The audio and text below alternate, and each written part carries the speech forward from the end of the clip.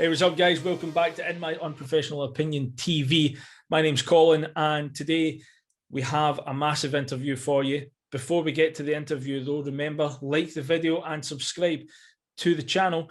This helps us to grow our audience and hopefully bring you more interviews like the one you get today. Speaking of that interview, we have someone who I managed to play alongside in high school in our senior football team. He's went on to be much better at football than what I ever was. He's played for teams like Clyde, Airdrie, East Stirling, Greenock Morton, Livingston, and most recently, Motherwell. Today, we have a special guest on the show, Ricki Lamie. Obviously, you've now had a 10-year career, near enough, in football. You played for some really big name teams within Scotland. You've had played with Airdrie, Clyde, Queen's Park. You also played East Stirling, Morton, and then obviously Livingston and Motherwell most recently. But how did it come about you getting started? Because obviously we played football with the school team at the same time we went to school together. How did you get started? Was it during school or was it just after school that you kicked on? In terms of professional stuff, it was just leaving school, or maybe just left actually. So when I went into Airdrie, I think I was maybe still at school. 17, 18, right, part time. So obviously I played boys club and stuff, and then had a wee dabble at kind of pro youth stuff for a year or two when I was about 14, 15. Didn't really go to plan, and I just wanted to go back and play with my mates. So I was playing boys club stuff when I was at school, and then I think it was 17, 18, signed with Airdrie just at the tail end of school. So I was in there part time, and then obviously when I left, I think I was still at Airdrie, and then that was when my kind of time at Airdrie came to an end, and then I got the opportunity. That was basically when I got the opportunity to go full time when I was about 20, 21, just coming up for 21. Yep. It was kind of straight for school, and then I was at uni, and playing part time, right. And then the full time stuff kind of cropped up for me. Just kind of started taking over. Exactly. So you obviously had a couple of loan spells. As I say, Clyde, Queen's Park, East Stirling. What's it like, kind of getting put in? Did you have much say in it, or was it just a case for you? You want to go and play football, so you'll play kind of wherever wants you. That was a big pull. My mum and dad were big ones, advocates for that. They were saying, obviously as a young guy, your game time, your club's limited, and you want to go out and get the experience and build up, games and get plenty of games on your CV, and that's the only way to learn, you know what I mean, on the job. So it was a case of going somewhere where you could get the game time. Yeah. And as you mentioned, I was out on loan 3 or 4 times, I think, with different clubs, and I managed to get a good number of games under my belt, which stood me in good stead, obviously.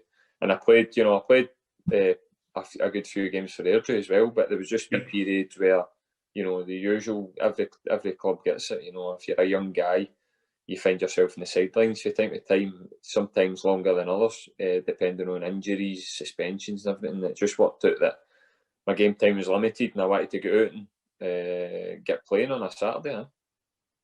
That's the main thing, especially at a young age, as you say, like kind of getting that game time.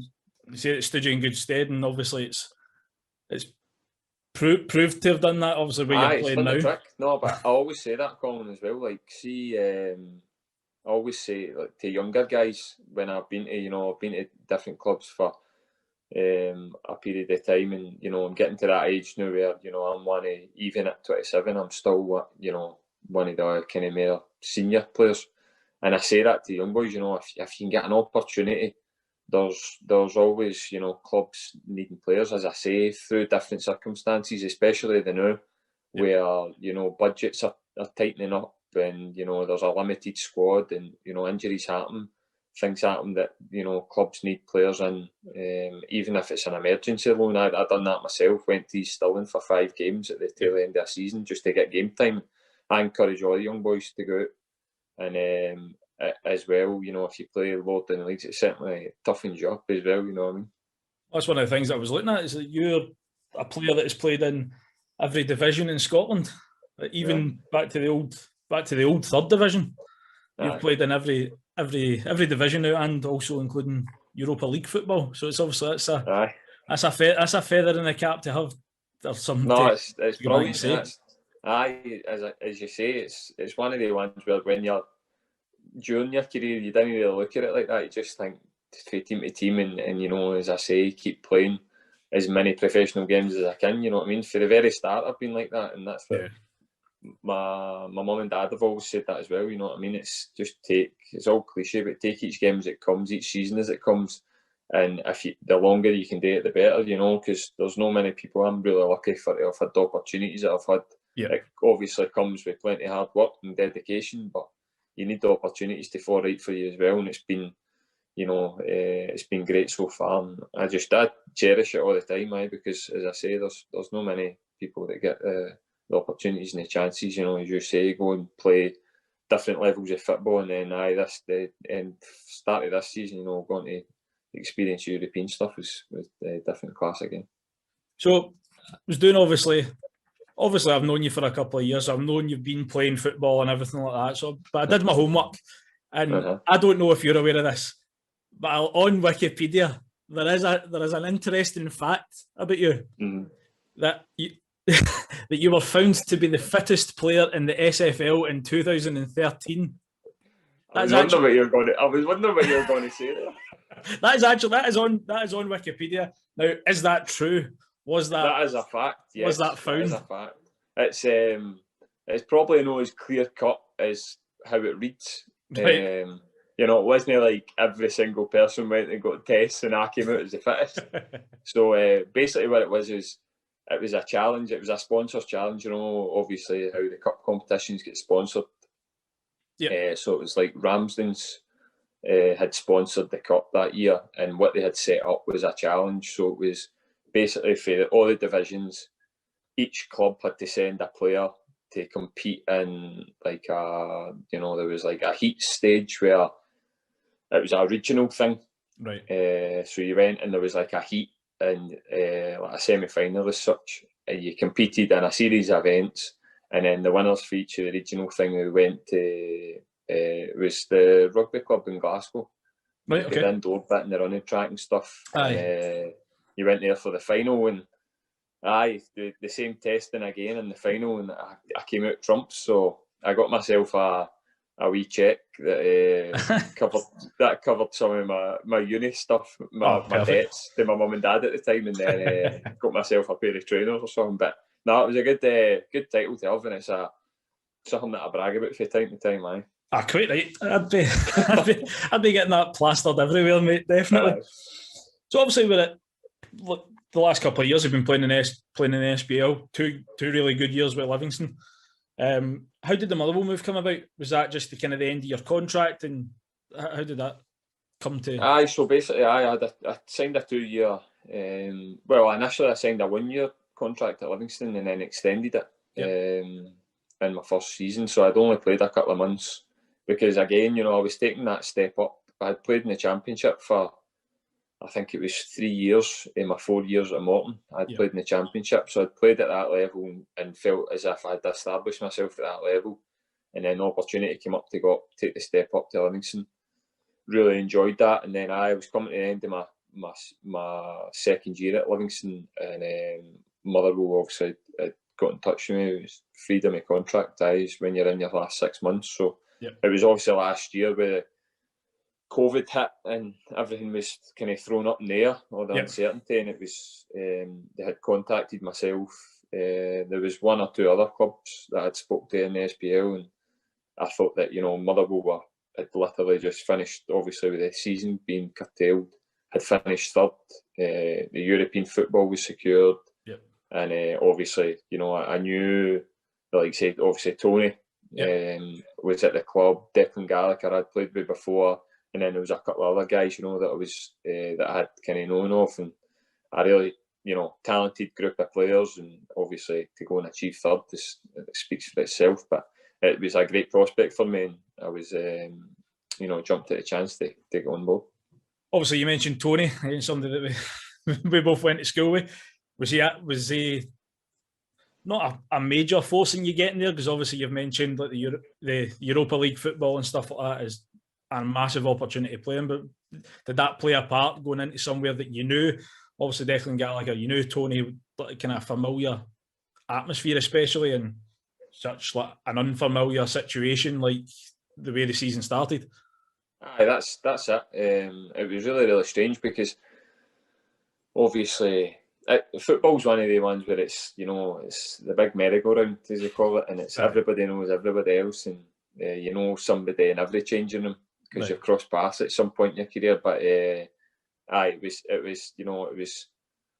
I think it was a no-brainer, regardless if I knew Tony, etc., at the club. But it was definitely an added bonus, if you get what I mean, to go in and have a few familiar faces, because obviously when we started back training last summer, it was, you know, in the heat of right in the peak, if you like, of the, you know, the COVID stuff.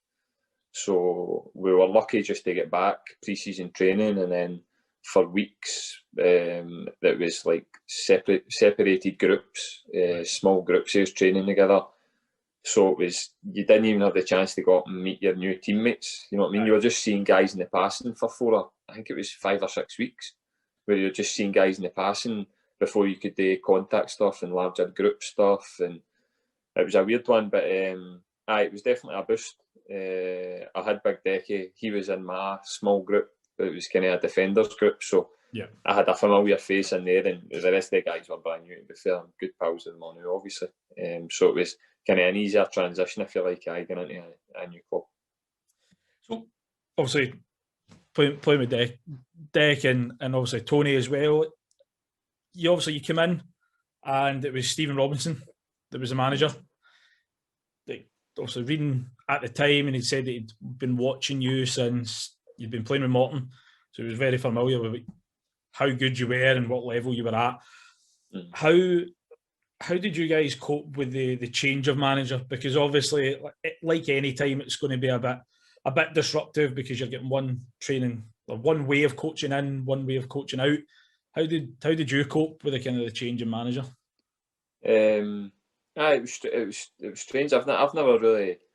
There was obviously at Livingston there was a change of manager, but I've not really had that experience before. You know, especially it was kind of almost halfway through the season kind of thing. So, and I got on really well. You know, obviously he took me into the club and signed me up, as you say, and he's, you know, a great guy and a brilliant top manager as well.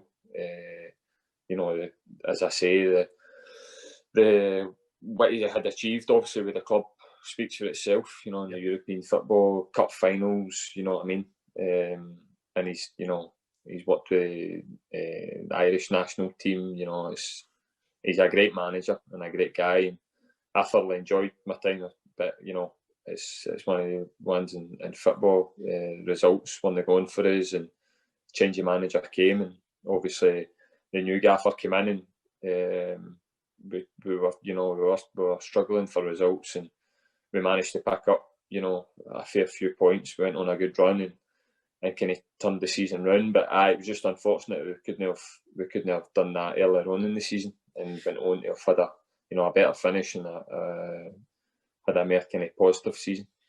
That's the thing with Stephen. I suppose you can be a victim of your own success at times as well, especially when things like this season weren't going his way because of how well they finished last season. It was always unfortunate to lose your position, but sometimes like I suppose a fresh face is needed, and he's finished off really well, kind of league position wise. We were level on points. I think final league position was 8th, but level on points with 5th place St Johnstone. So it's obviously you can see the progression at least throughout the season, I suppose. I definitely recovered well. And you know, it's easy for to look at, you know, blighted with injuries right throughout the squad, and obviously it's easy to turn around and blame the upheaval with all the COVID stuff, and we had games postponed with other teams testing positive, and a couple of times, and then it was just all these things. Listen, you get the excuse book out and add that to it, but at the end of the day, the results weren't good enough, and as you say, it's a results-driven business, and it's one. It's it's an amazing game, amazing sport, but it's one of the negatives. That comes with it. As you say, you get added pressure and thing off the back of your success. So obviously, it's the same for players as well. Yeah. So from a professional player's point of view, obviously with how the season has went as an under kind of COVID restriction for the duration of the season, how hard has it been? Because obviously you guys have got a spotlight on you as someone who is in the professional game and on TV, but more than other people, obviously, and more than your average Joe. You guys can't afford to obviously flaunt the rules like some people have done throughout COVID. How hard has it been for you guys as professionals? It's difficult. I think a lot of it's just coincided with the difficulties that everybody's had in day-to-day life. I think, if anything, I've looked at it as a positive. Right. Because throughout the pandemic, obviously in the early stages when the season was cut short last year, there was a couple of months where you should be playing football and we couldn't. We were in the house the same as everybody else. But for last June, I've been out training every week. I've been, obviously the season starting, playing games. I was lucky enough, obviously, with the European stuff to go abroad and play,